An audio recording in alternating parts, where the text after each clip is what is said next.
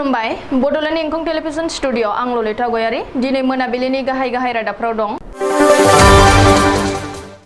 एमसिले मन्टु बर'आ समायखिरा लाबाय। कटन मुलुगसोलोंसालिनि मोननै हस्टेलनि गेजेराव दाङाबाजि गोबांसाया जखम। अरां नेशनेल पार्कआव एनकाउन्टार सासे सुरां सिखारिनि जिउ खहा।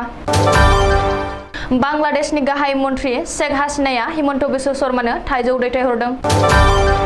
नागालेण्डनि मन जिल्लायाव साद' केल'नि थिउरिया हमदों। बागानपारायाव बुट जाना माखासे सुबुङा देहा फाहामसालियाव। मिडिया हाउसनि मुंदांखा खौरांगिरि सुधीर चौधुरीया जी निउज फेमिलिखौ नागारबाय। दिल्ली बिरखं गाथोनाव 5,000 फुट गोजौआव बिरनाय स्पाइसजेट बिरखंखौ हाखु दाखु लेन्डिं खालामफिननांदों।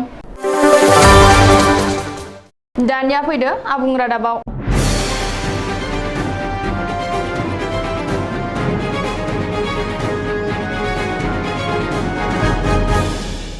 बाक्सा जिल्लानि बेन्दोङाव थानाय 22 नं खख्लाबारि बियाबनि एमसिले मन्टु बर'आ दिनै समायखिरा लाबाय। खख्लाबारि बियाबनि उफेरा बिसायख'थियाव देरहाबोनाय इउपिपिएल आरो मित्रजोंटनि बिजाथि मन्टु बर'आ दिनै क'क्राझाराव थानाय बिटिसिनि सेक्रेटारियेट मावख'आव खुंनाय मेहेरगोनां हाबाफारियाव बिटिसिनि एमसिले महरै समायखिरा लाबाय। बर' रावजोंनो समायखिरा लादों मन्टु बर'आ। बिटिसि एलएनि बुंथिगिरि काथिराम बर'आ खख्लाबारि बियाबनि एमसिले मन्टु बर'खौ समायखिरा लाहोदों। मिथिनो हानाय बादिब्ला मन्टु बर'आ दिनै समायखिरा लानाय हाबाफारियाव बिटिसिनि गाहाय प्रमद बर'जों लोगोसे बिटिसिनि गुबुन गुबुन बिफाननि मावफुं सोद्रोमाफोर एमसिलेफोर सानजा क'क्राझार बियाबनि एमएलए लरेन्स इस्लारियाबो बाहागो लायो। मख'नो गोनांदि गावनि बियाबनि सिङाव जायखिजाया जेंना जेंगोनाफोरखौनो सावरायनानै सुस्रांनो नाजागोन होननानै मन्टु बर'आ समायखिरा लानायनि उनाव खौरांगिरिजों मोगा-मोगियाव बुंथिदों।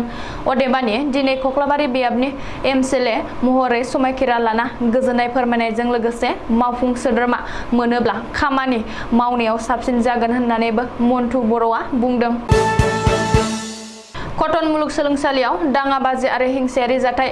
कटन मुलुगसोलोंसालिनि मोननै हस्टेलनि गेजेराव जादों। बे दाङाबाजिया मुलुगसोलोंसालिनि मुंख्लं मोजामिल हक हस्टेल आरो रजनीकान्त बरदलै हस्टेलनि फरायसाफोरा गाज्रियै बुलायलायनाय जाथाया सोराङाव फैदों।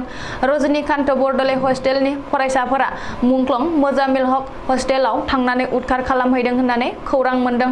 मिथिनो हानाय बादिब्ला मोनसे फेसबुक पस्टखौ बिथा खालामनानै कटन मुलुगसोलोंसालिनि मोननै हस्टेलनि फरायसाफोरनि एना-एनि दान्थे बिदान्थे जानायानो उननि समाव बेबादि हिंसायारि जाथायनि महर लायो। रिपर्ट बादिब्ला रजनीकान्त बरदलै हस्टेलनि फरायसाफोरा गुबुन मोनसे हस्टेलनि फरायसाफोरनि सायाव बियार बथल, इटा, अन्थाइ, लावथिजों गाग्लोबदों। बे जाथायाव गोबांसा फरायसाफ्रा जखम जानायजों लोगोसे हस्टेलनि ग्लासनि खिरखिफ्रा बायनानै गोबांथार खहा जायो। बबेखानि सासे फरायसानि खर'आ गोब्राब जखम जानानै मोन 16 सिलाइ खालामनो गोनां जादों होननानैबो मिथिनो हादों। ओरैहाय बे जाथायनि हेंथायै मुंख्लं मोजामिल हक हस्टेलनि फरायसाफ्रा फानबाजार पुलिस थानायाव एजाहार थिसनबाय। अरां नेशनेल पार्कआव हाग्रा रैखाथि बिफाननि एनकाउन्टार। बे एनकाउन्टाराव जाथायसालियावनो जिउ गोमादों सासे सुरां सिखारि। मिथिनो हानाय बादिब्ला अरां नेशनेल पार्कनि कासमारि आरो सन्दपुर हाग्रा मावख'नि गेजेराव हाग्रा रैखाथि बिफान आरो सुरां सिखारिफोरनि गेजेराव मोगा-मोगि गावलायदों।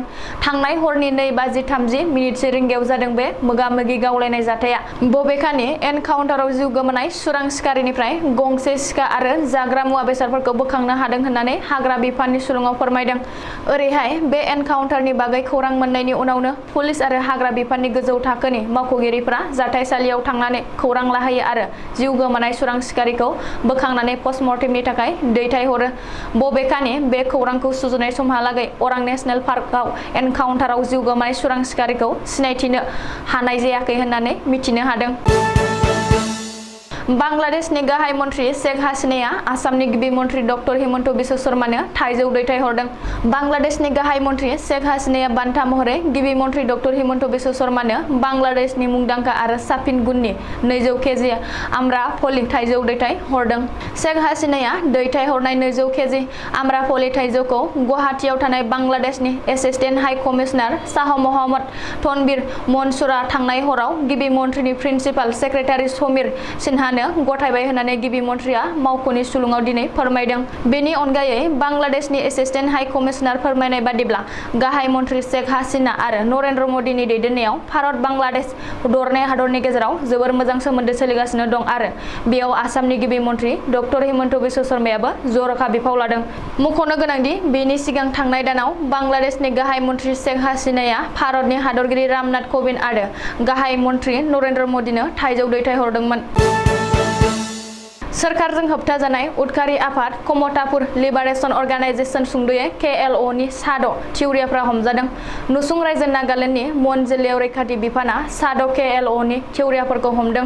मिथिनो हानाय बादिब्ला सोर सुलुंखौ लाना आसाम पुलिस, नागालेन्ड पुलिस आरो रैखाथि बिफाना मन जिल्लायाव जथायै अपारेशन खालामनानै सा 6 KLO नि थिउरियाफोरखौ हमदों। हमजानाय KLO थिउरियाफोरखौ फारियै 16 बोसोर बैसोनि बिष्णु बर्मन, 24 बोसोर बैसोनि बिप्लब राय, 31 बोसोर बैसोनि बिश्वजित राय, 25 बोसोर बैसोनि आपन बर्मन, 25 बोसोर बैसोनि तापस राय आरो 26 बोसोरनि मनज रय होननानै सिनायथिदों। रिपर्ट बादिब्ला बिष्णु बर्मन, बिप्लब राय आरो बिश्वजित रायमोना साथामबो क'क्राझार जिल्लानि आरो गुबुन साथामा सोनाब बेंगलनि।